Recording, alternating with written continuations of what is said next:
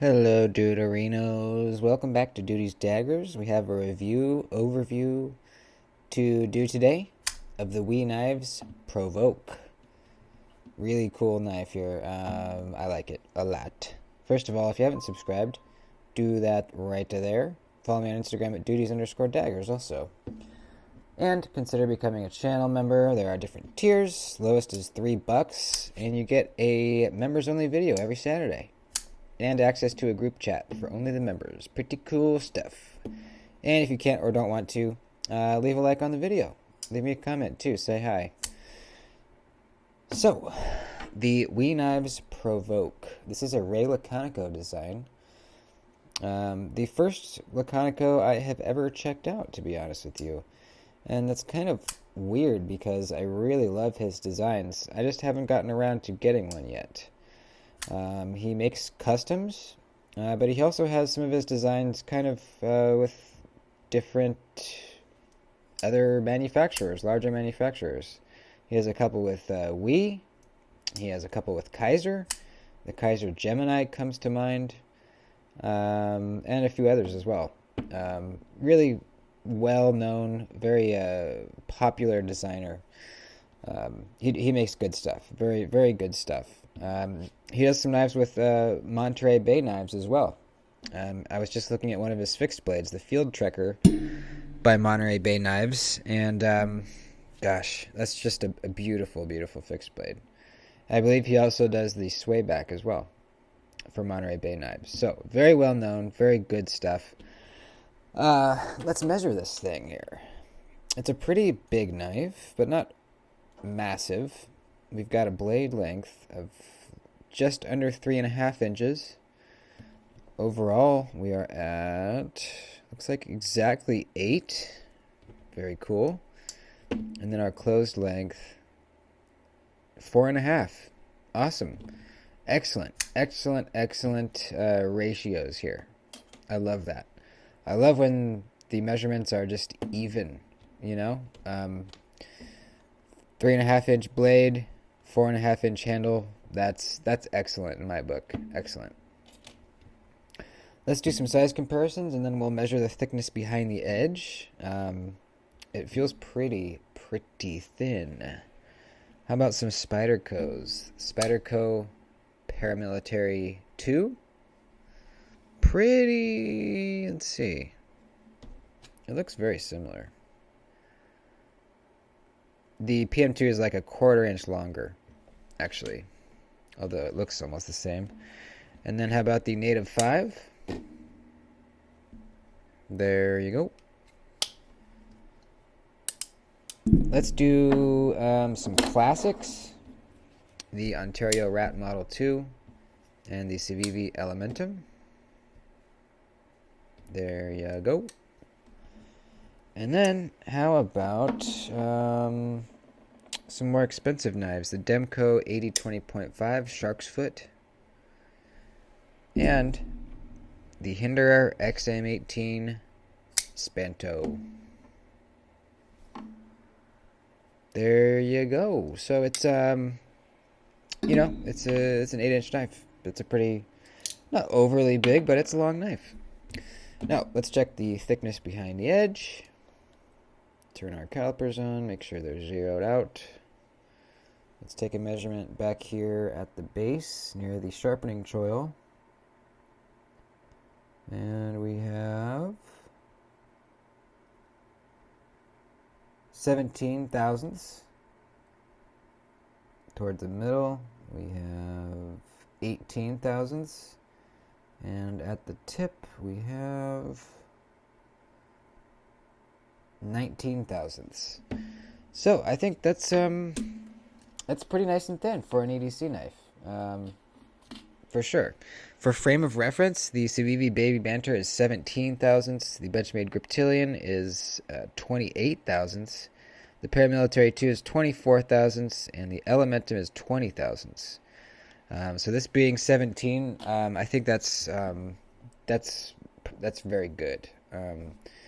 Even thinner than the Civivi Elementum for, you know, a knife this big and long. That's awesome. That's really, really good. this thing is going to slice really well, especially because we have a very wide swedge up here. You can see it right there. It kind of starts just after the thumb stud, continues all the way down to like a 1/4 inch away from the tip. So the amount of friction you're getting as you're pushing through material is going to be lessened because of this wide swedge here. Less material for it to rub on. So this thing is going to be quite slicey. Now, this knife was sent to me by and is after me going to a few other reviewers. So thank you to We Knives for sending this out to us to check out. That being said, I'm not going to carry, or I haven't carried or really hard used this thing. I have stuck it in my pocket and carried around, done some light cutting tasks with it. So this is not like a long-term hard use sort of review, but I have had some time with it to experience it, cut some things with it. So keep that in mind as we move forward. Also, We is not paying me to do this review. Nobody's paying me to do it, in fact. So that's not going to be affecting my review. Alrighty, let's talk about this thing here. I like this knife. I like it. I wouldn't say I'm in love with it, but I really like it. It's a well-built knife. There are some elements here that I love. Number one being the finish on these titanium scales. This is sort of a stonewashed blue anodized finish on this titanium, and it is magnificent. I mean, it's really incredible. I have not seen a finish like this ever. We does this type of finish on some of their knives. They use this finish on other of their models, and I really want to pick one up, either this one or something similar. They also have the same sort of finish, but in bronze, and I think possibly like a more black one. But this blue, man, holy crap, it looks good. Just amazing. On both sides, the clip as well. The hardware is all anodized to be that same color of blue, or a little bit darker maybe. And then the We logo on the pivot is a bronze, which contrasts really nicely with the blue. This is such a good looking knife, man. It really, really, really is. Very good looking. So let's talk about the construction first. We have, like I said, titanium for the scales. There's no milling on the inside, which is fine. They're thin enough to where it doesn't feel too heavy at all. It feels just heavy enough to feel substantial in your hand and not cheap. So I think that's great. The blade is made of 20 CV, and we talked a little bit about the thinness behind the edge and this nice swedge here.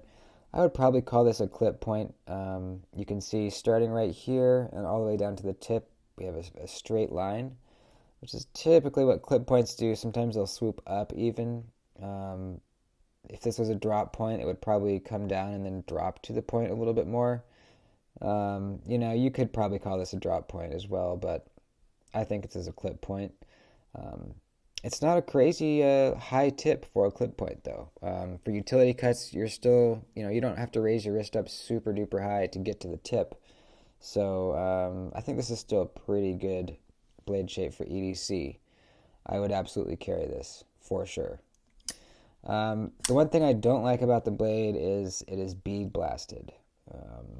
I think this would look much, much better with the stonewash on the blade. Even a built satin to show off, the sanding, lines from on the swedge and on the bevel. I think that would look really nice if we had a belt sander finish on the swedge and bevel, and then maybe like a higher polished satin on the flat right there. That would just look much better in my opinion. But they went with the bead blast. Now, if you buy the a different version of this knife, they have one with tiger stripe and anodization on the scales, and then a black wash blade, which I think if I was to buy this knife, I'd probably go with that one because you have the black wash instead of the bead blast. But if you don't care, you don't care. Um, I have heard that bead blasts sometimes rust a little bit more readily than just a satin because moisture gets trapped in between the bead blast texture and the actual steel underneath and can cause rust sometimes. Not all the time, but it can happen. Now, you know, I can't think of another reason why they would choose to do a bead blast other than to save money. Um, this knife is very well priced. It's right around $220, which is reasonable, I think, for 20 CV blade. Ray Laconico, badass design. The titanium handle scales, the very nice finish. So maybe they had to cut a little bit of a corner with doing the bead blast in order to get that price. Regardless, I wish it was maybe a little bit more money with the belt satin. So that's the blade. The sharpening choil is well done, in fact. You can see the edge ends, and we have a little bit of space here before you start seeing the slope up on the plunge grind there. So that's good. That's going to give you room to sharpen the knife. So they did that well. The handle, we have the two body screws, and then the pivot is just one-sided. I'm assuming this is a captive pivot. Like on Civivi knives, they have that little notch underneath there, so this side can't spin. I'm assuming that's how they did it. Interesting how they did the lock bar relief cut too. Usually it's sort of well, not usually, but a lot of times it's they kind of mill out that whole section for the relief cut, but on this one they just cut 3 slots, which is a good look. I like that. Also, it's less likely to get caught on your pocket as it's going in and out. So I think that's good. Good choice there. We do have a steel lock bar insert and an over travel stop built into that. You can see it right there. So this lock bar cannot overextend that way. So it will never bend out of shape. The pocket clip is a milled titanium pocket clip. It's sort of, actually it's not sort of, it's exactly the type of Civivi titanium pocket clip that you can order. I'll put a link for them down below. If you don't like the deep carry clip that comes on your Civivi knives, they do sell these exact clips for you to put on your Civivis. They come in black and in just plain tie. I'll put a link down below, like I said, but this is that same clip. They just did the same sort of blue tumbled finish that we have on the scales here. I think it looks nice. They could have gone and made gone the extra mile and made a specific clip for this knife, but they didn't. They just reused one of those. But whatever. It does work. It does work very well. It's not completely deep carry though. You're gonna have probably about that much sticking out of your pocket, which is not. I'm usually fine with that. That's not enough sticking out to really bother me. There's no lanyard hole, but we have a lanyard post, kind of amidst this back spacer there. I like how they do that. They don't put in an unsightly hole in the middle here or down here. They just put a little post there in case you want a lanyard. That's great. The back spacer, same finish as everything else. I think maybe they could have done a different anodization maybe on the back spacer to kind of give some contrast maybe. But I'm not mad at it. It definitely looks good. Like I said, I love, love, love this finish, so seeing a little bit more of it on the back spacer is fine with me. So that's about it for the construction. Let's talk about the action, what everyone is waiting for. So we got thumb studs and a front flipper. Both work well. The thumb stud action, I think, is where it's at on this knife. They seem to have tuned this detent very well for the thumb studs. Just this thing is fun to shoot out. You can reverse look it too, super easily off the thumb studs. Yeah, I really have no complaints about the thumb stud action. I think they dialed that D10 in really well for the thumb studs. And actually pretty well for the front flipper too. My only complaint with the front flipper is we do not have the jimping that wraps around the top. And it's not the fine sort of jimping. It's kind of this widely spaced jimps, which really actually do not provide that much grip. On front flippers, I like to see them use this fine jimping and have it wrap around the top so that it grips your finger. On this knife, the Civivi McKenna, no matter where you put your finger, even if it's way up here, it gets in the way, but you get what I mean. It's going to grab your finger, and you're going to be able to flip the blade out just really super duper easily. This one, you have to make sure your thumb is in the right spot. If you're too far down, it's not going to work. If you're too far up, you're going to slip off.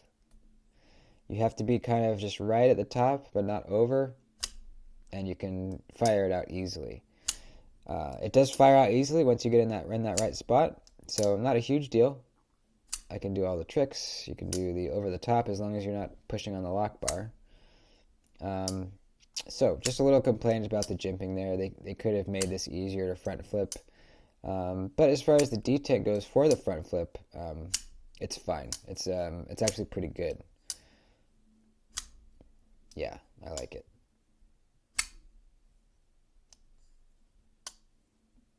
The false shut action, not really false shut. This will probably break in. Like I said, it's brand new from Wii. But, give it a couple shakes. It goes right down. I think this will break in really nicely, probably.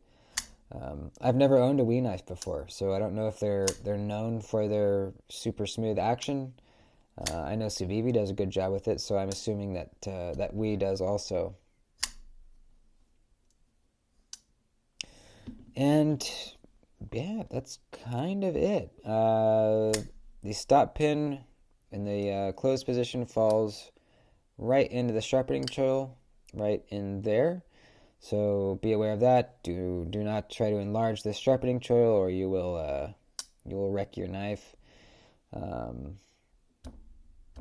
Oops. Yeah, I think that's about it. Oh yeah, ergonomics. Pretty good. No hot spots whatsoever. It's not like the most filling in the hand. It is kind of a long, sort of skinny design, skinny handle, width-wise as well. But it is very comfortable. Is really comfortable. There's no choke-up spot, so this is just kind of where you're at. We have the groove here for you to stick your pointer finger in. It's really comfortable, and this is the sort of handle that you can hold in any grip comfortably. It's neutral that way. So ergonomically, fine, totally fine. The scales are not contoured; they're flat, but all the edges are nicely rounded, so it's comfortable to grip. It's definitely comfortable to grip.